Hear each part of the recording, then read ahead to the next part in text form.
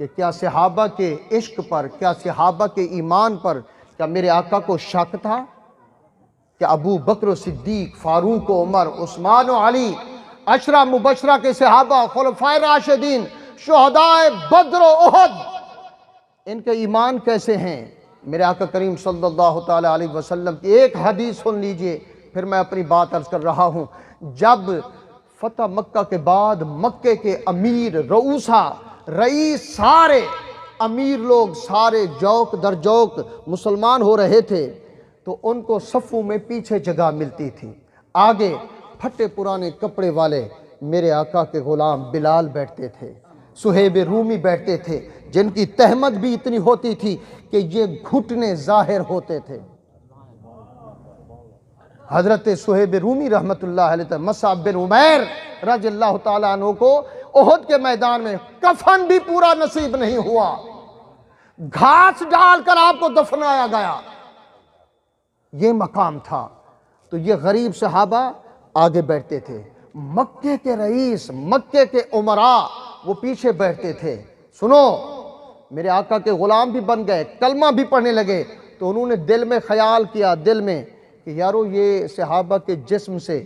جو پسینہ آتا ہے، ہمیں اس سے ناگواری گزرتی ہے، طبیعت میں مروڑ اٹھتا ہے۔ تو وہ کہنے لگے کہ کاش ایسا ہو کہ یہ جو غریب لوگ ہیں یہ پیچھے آ جائیں، امیر لوگ ہم چلے آگے آپ بیٹھیں۔ میرے اللہ نے میرے آقا کریم صلی اللہ تعالیٰ علیہ وسلم پر وحی بھیجی، میرے آقا کو فرمایا وَلَا تَعْدُ عَيْنَاكَ عَنْهُمْ، اے محبوب یہ جو تیرے غلام بیٹھے ہیں، جب سارے پتھر مارنے پر تیار تھے، جب سارے تیری جان لینے کے لیے تیار تھے، یہ پھٹے پرانے والے کپڑے پہننے والے جن کو بوسیدہ جن کے جسم ہیں، محبوب تجھ پر یہ جان نچھاور کرتے تھے۔ محبوب رب کہتا ہے وَلَا تَعْدُ عَيْنَاكَ عَنْهُمْ، ان سے آنکھیں نہ پھیرنا، جس طرح یہ قریب ہیں ان کو سینے سے لگائے رکھنا، ان کو اسی طرح سینے سے لگائے رکھنا۔ کتنا بڑا عشق ہے کہ جتنا تمہاری محبتیں ہیں ساری ایک طرف ایمان لے آئے، حالانکہ صحابہ کے درجے میں ہیں، لیکن فرمایا نہیں، پیچھے بیٹھو۔ میرے آقا کریم صلی اللہ تعالیٰ علیہ وسلم نے یہ اللہ کے حکم سے فرمایا، تو اس لیے میرے آقا کریم نے متعدد مرتبہ بیعت رضوان، جو صلح حدیبیہ کے پہلے جب میرے آقا نے بیعت فرمائی تمام صحابہ کرام کو، اس درخت کے نیچے میرے آقا میرے اللہ نے فرمایا لَقَدْ رَضِيَ اللَّهُ عَنْهُمْ اِذْ يُبَايِعُونَكَ تَحْتَ الشَّجَرَةِ۔ میرے محبوب یہ جو جنہوں نے درخت کے نیچے بیٹھ کر تیرے ہاتھ پہ بیعت کی، ان کو خوشنودی سنا دے، ان کو پیغام اللہ کا سنا دے کہ ید اللہ فوق ایدیہم، یہ محبوب تیرا ہاتھ نہیں ہے، یہ اللہ کا ہاتھ ہے ان پر۔ اب اٹھاؤ قرآن کی آیات کو، یا کوئی چیلنج کرے کہ میں نے ترجمہ غلط کیا ہے، یا کہو یہ قرآن نہیں ہے، نعوذ باللہ۔ بیعت کرنے والا میرے آقا کا ہاتھ، اور رب کہے کہ محبوب یہ تیرا ہاتھ نہیں ہے، یہ اللہ کا ہاتھ ہے، پیغام یہ دیا جا رہا ہے۔ کلمہ پڑھا اس کی اپنی عظمت، لیکن محبوب جنہوں نے ہاتھ میں ہاتھ دیا وہ تیرے ہاتھ سے جب جڑ گئے ہیں تو یہ تیرے ساتھ نہیں جڑے بلکہ خود رب کے ساتھ جڑ گئے ہیں۔ رب کے ساتھ اللہ نے ان کا اپنا ہاتھ رکھ دیا۔ تو وہی سنت مصطفیٰ ہے جو چل رہی ہے، اور یہ یاد رکھیے، یہ آپ ذہن میں رکھیے کہ اگر آج کے اس دور میں میرے آقا کریم صلی اللہ تعالیٰ علیہ وسلم ہمارے لیے روحانی طور پر اور آقا اپنے شان کے طور پر موجود ہیں، جس طرح رب نے ان کو جس طرح دیکھیں، میری بات سنیں، ایک بات ہے، ہمارا عقیدہ ہے کہ کرامن کاتبین موجود ہیں، کوئی انکار کر کے دیکھیں، ہم کوئی انکار نہیں کر سکتے۔ کرامن کاتبین بھی میرے آقا کے غلام ہیں، غلام موجود ہیں، آقا بھی موجود ہیں۔ اچھا، ہوا چل رہی ہے،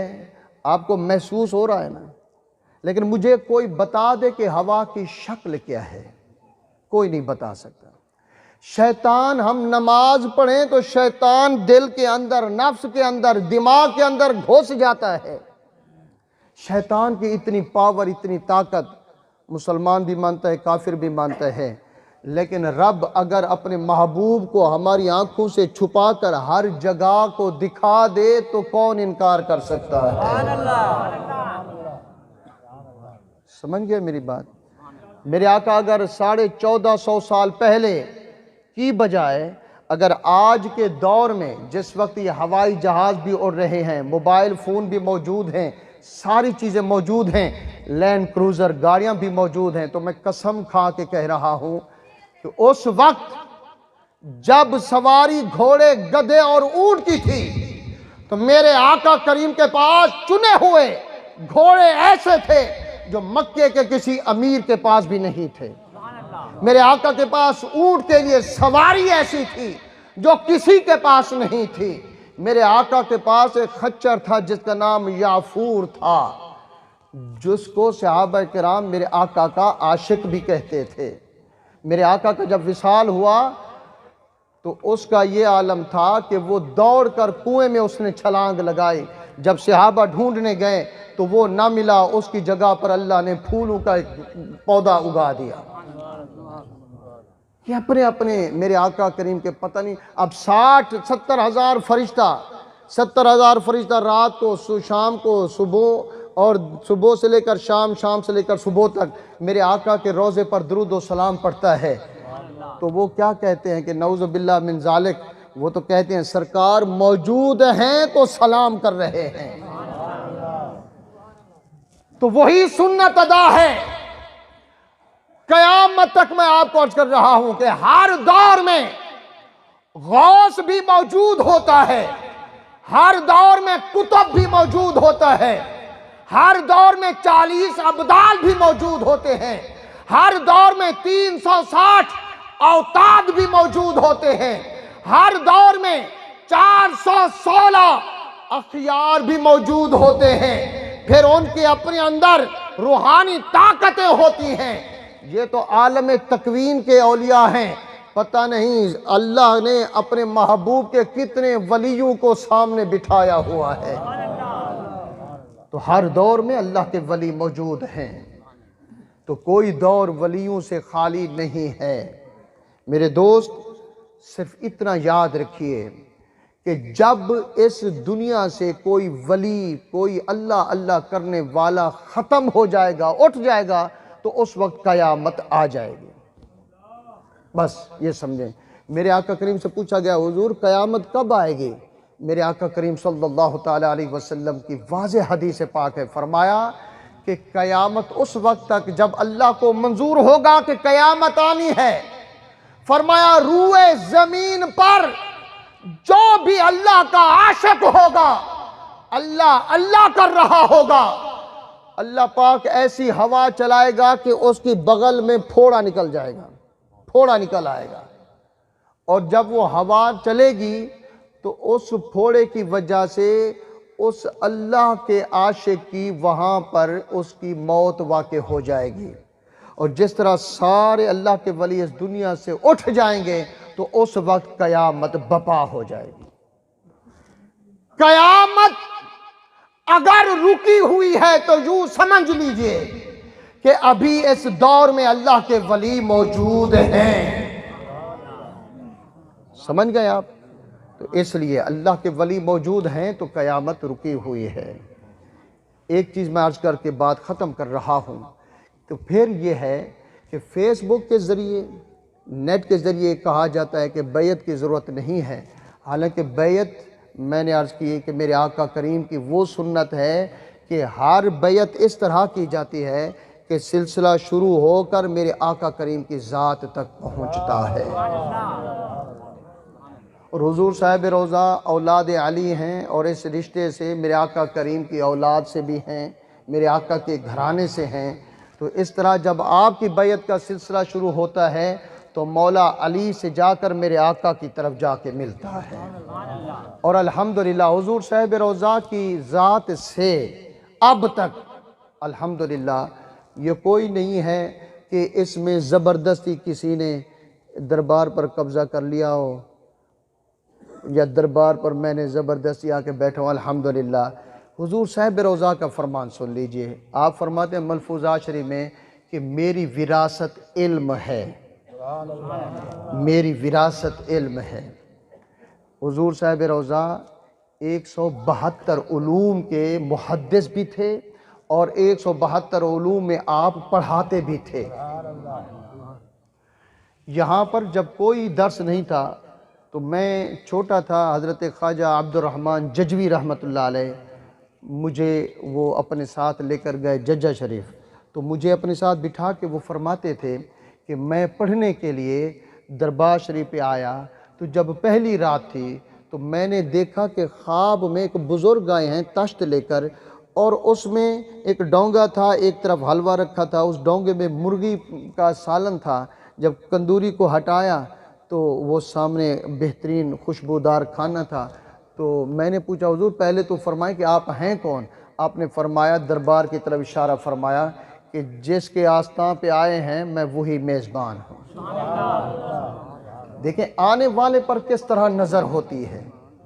آنے والی جو بھی آتا ہے اس پر نظر ہوتی ہے۔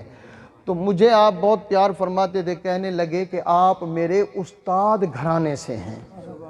یہ حضرت خواجہ عبد الرحمن ججوی رحمۃ اللہ علیہ وہ فرماتے کہ ہم یہاں پر پڑھتے تھے، اور اس طرح کافی یہاں پر اب ماشاءاللہ ایسے آستانے ہیں کہ ان کے اہل و عیال بھی یہاں پر دری بہشتی دروازہ گزرنا فخر سمجھتے تھے۔ حضور صاحب روضہ رحمۃ اللہ علیہ فرماتے ہیں کہ میری وراثت سن لیجئے، میری وراثت علم ہے، اور جب تک میری اولاد میں علم رہے گا میرا مصلی آباد رہے گا۔ فرماتے ہیں جاہل میرے مصلی پر نہیں بیٹھے گا۔ باقی میں کوئی ایسی بات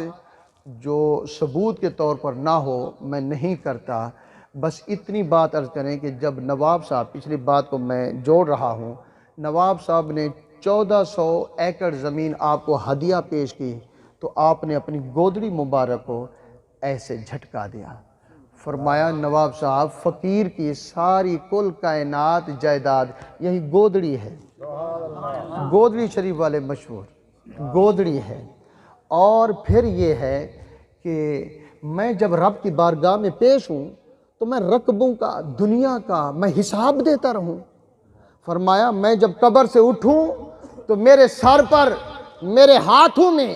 اللہ کے محبوب کے سر کا تاج، میرے آقا کی دستار ہو۔ جب رب پوچھے کہ حامد اللہ کیا لایا ہے تو میں رب کی بارگاہ میں اس کے محبوب کا تاج پیش کر کے کہوں کہ مولا یہ تیرے محبوب کا تاج لایا ہوں۔ یہ وہ ہستی ہیں۔ حضور حضرت خواجہ عاقل محمد سی رحمت اللہ علیہ تعالیٰ ملفوظات شریف میں ہیں۔ بس آخری بات اس کے ساتھ جڑی ہوئی ایک بات کروں کہ آپ فرماتے ہیں مدینہ طیبہ میں وصال کے روزے رکھے، وصال کے، جس میں ایک دفعہ سحری کی جاتی تھی پھر افطار نہیں ہوتا تھا،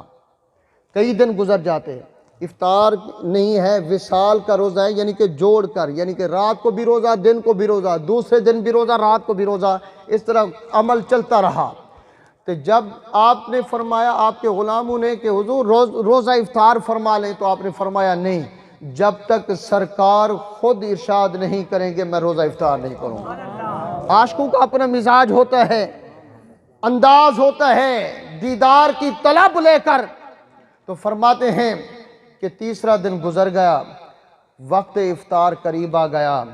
فرماتے ہیں کہ آپ پر غنودگی تھی، مدینہ طیبہ روضہ شریف کے گرد تو کھجوروں کا باغ بھی تھا اور کھجوریں بھی تھی، ایک طرف آپ چٹائی پر آپ وہاں پر لیٹے ہوئے تھے، تو ایسے آپ کی جب اونگ لگی تو سرکار پاک صلی اللہ تعالیٰ علیہ وسلم کی زیارت عطا ہوئی۔ سرکار نے آپ کو کندوری میں کپڑے میں لپٹی ہوئی روٹیاں عطا کی، تو جب آپ کو حکم ہوا کہ افطار کرو تو آپ نے افطار کیا۔ روٹی کھاتے کھاتے جب آپ کے بیدار ہوئے تو وہ لقمہ منہ میں بھی موجود تھا اور وہ روٹی بھی ہاتھ میں موجود تھی۔ آپ نے تبرکاً اپنے خلفاء کو بھی عطا فرمایا اور روٹی کو لپیٹ کر پھر واپس جب حج سے تشریف لائے تو لے کے آئے، اور پہلی حاضری آپ حضور قاضی الحاجات حضرت قاضی عاقل محمد سی رحمۃ اللہ علیہ ان کے پاس تشریف لے گئے۔ حضور خواجہ قاضی عاقل محمد سی رحمۃ اللہ علیہ نے آپ کا استقبال فرمایا اور سب کو جمع کر کے کہا، یہ میں وہ الفاظ آپ کی خدمت میں پیش کر رہا ہوں جو ملفوظات شریف میں لکھے ہوئے ہیں۔ حضرت قاضی عاقل محمد سی فرمے دن وہ جملہ بھی سرے کیے تھے آپ نے، فرمے نے جو لوگ آدن جو مدینے ویندوں تے کچھ نہیں ملدا، لوگ آدن جو مدینے ویندوں تو کچھ نہیں ملدا، اساڑا بال جو گے سب کچھ لٹ ہے، اساڑا بال جو گے سارا کچھ گھن ہے۔ حضور قاضی عاقل محمد سی رحمت اللہ علیہ، حضور قبلہ خواجہ غلام فرید سی رحمت اللہ علیہ سلطان العاشقین، آپ فرماتے ہیں کہ اللہ دی قسم ہم دوبٹے بوچھن والے ہیں اور پگ والی سرکار فتح پر کمال۔ حضور خواجہ در پاک سے گڑی شریف والے رحمت اللہ تعالی علیہ جب یہاں سے گزرتے تھے، حالت ضعیفی تھی سیدانی شریف جانے کے لیے، تو آپ اپنی بگھی سے گھوڑے سے اتر پڑتے اور یہاں سے پیدل چل کے جاتے۔ غلام کہتے، مرید کہتے، حضور اتنی مشقت کیوں برداشت کرتے ہیں؟ فرماتے ہیں تمہیں پتہ نہیں ہے کہ پگ والی سرکار کا در ہے اور ہم یہاں سے بیٹھ کے جائیں؟ میرے دوست بس اتنی بات سمجھ لیجئے کہ ہم بڑے خوش نصیب ہیں کہ اللہ پاک نے ہمارا سلسلہ، سنیے بس بات ختم کر رہا ہوں، یہ میسیج دے رہا ہوں اپنے پیر بھائیوں کو کہ حضور صاحب روضہ رحمت اللہ علیہ کا رشتہ حضور مولائے کائنات سیدنا علی المرتضی شیر خدا رضی اللہ تعالی عنہ کرم اللہ تعالی علیہ کی آپ کی اولاد سے ہے، اور آپ کی حضور کی جو کرامات ہیں، جو فضائل ہیں، وہ اتنے ہیں کہ بھی بیان سے بھی باہر ہیں۔ لیکن ایک کرامت جو یہاں پر ہمارا فخر ہے پورے علاقے میں کہ ہمیں یہاں پر سرکار کی دستار کا بوسہ ملتا ہے۔ یہ جو مزار کو ہم بوسہ دیتے ہیں، یہ خالی مزار کا بوسہ نہیں ہے، یہ حضور کی دستار کا بوسہ ہے، آقا کی دستار کا بوسہ ہے۔ اور یہاں پر حضرت خواجہ عبدالکریم سی رحمت اللہ علیہ جب سجادہ نشین حضور گوٹ مٹھن شریف یہاں آتے تھے، وہ جمعہ پڑھتے تھے یہاں پر، تو لوگ کہتے حضور کوٹ مٹھن کچھ اور تے تھا میں دو، فرمایا وہ اللہ دے بندے سارے واسطے اے در کوٹ مٹھن ہے، سننے بھی ہونا سی۔ تو اتنی محبت، اتنی عقیدت تھی،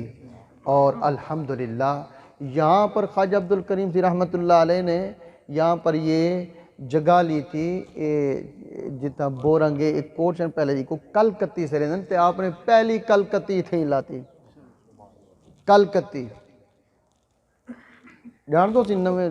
کلکتی کی تو کریں دی وہ کلکتی سی، وہ میں نہ کریں دی،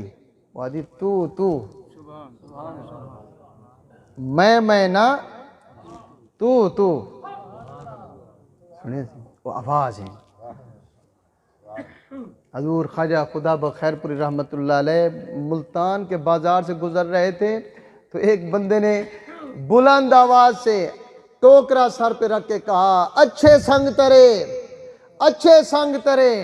آپ جاتے ہوئے دوڑ کے واپس آئے، سب کچھ دے کر کہا یارا پھر کہے، وہ پھر کہتا اچھے سنگ ترے۔ آپ نے سب کچھ لٹا دیا، اور جب واپس آئے غلاموں نے کہا حضور وہ تو سنگ ترے بیچ رہا تھا، آپ نے اپنا سب کچھ دیا۔ فرمایا کتنی اچھی نصیحت کی، تمہیں پتہ ہی نہیں، وہ پیغام دے رہا تھا کہ اچھے سنگ ترے، جو اچھو کے ساتھ جڑ گیا وہ تر گیا، جس کا اچھو کے دامن میں ہاتھ آ گیا وہ یہاں بھی اس کا بیڑا پار ہے، قیامت کے دن بھی بیڑا پار۔ تو اس لیے سنگتی بھی اچھے، اپنے دوست بھی اچھے، اور محبوب بھی اچھے۔ اللہ پاک ہمیں حضور شیخ المشائخ حضور صاحب روضہ حضرت خواجہ محمد حامد اللہ غریب نواز رحمت اللہ علیہ کی محبتوں سے نوازے، اور اولیاء کی محبت سے ہمارے دلوں میں نور پیدا فرمائیں، اور ہمارے لیے اس عرس کی محفل کو ہمارے لیے دل کی جگمگاہٹ کا، دل کے زندہ ہونے کا سبب بنائیں۔ مقصد صرف یہ ہے کہ یہاں آ کر لنگر بھی ہو، سب کچھ بھی ہو، لیکن ان کے حالات سن کر ان کی طرح ان کے نقش قدم پر چلنے کی تمنا ہو، ضرور ہو۔ تو پہلی بات تو یہ کہ جتنے پیر بھائی ہوتے ہیں وہ اس ڈر سے نہیں آتے کہ شاید عرس کی وجہ سے عرس کی وجہ سے شاید ہمیں کوئی نصیحت ہوگی، تو وہ کہتے ہیں ڈر سے کوئی نصیحت نہ ہو۔ میرے دوست، سارے پیر بھائی یہ بات سن لیں کہ آپ میرے لیے نہیں آتے ہیں، حضور صاحب روضہ کی حاضری کے لیے آتے ہیں۔ میں تو اس در کا غلام ہوں، مجھے تو جو حکم ہوگا میں آگے وہی کروں گا۔ آپ آتے ہیں تو حضور کی زیارت کے لیے آتے ہیں، اور جب آئیں تو یہ دیکھ کر، یہ جان کر آئیں کہ ہم خالی دامن جا رہے ہیں، اس یقین کے ساتھ آئیں کہ یہاں پر اللہ کی رحمت کا چشمہ بہ رہا ہے، تو رحمت کا ایک چھینٹا ہمیں بھی ضرور مل کے رہے گا۔ امید ہے اللہ پاک ہمیں اس پر عمل کرنے کی توفیق عطا فرمائیں۔ آپ حضرات کی توجہ کا، آپ کے آنے کا بے حد شکریہ۔ اسی طرح مسجد میں صفیں بناتے ہیں۔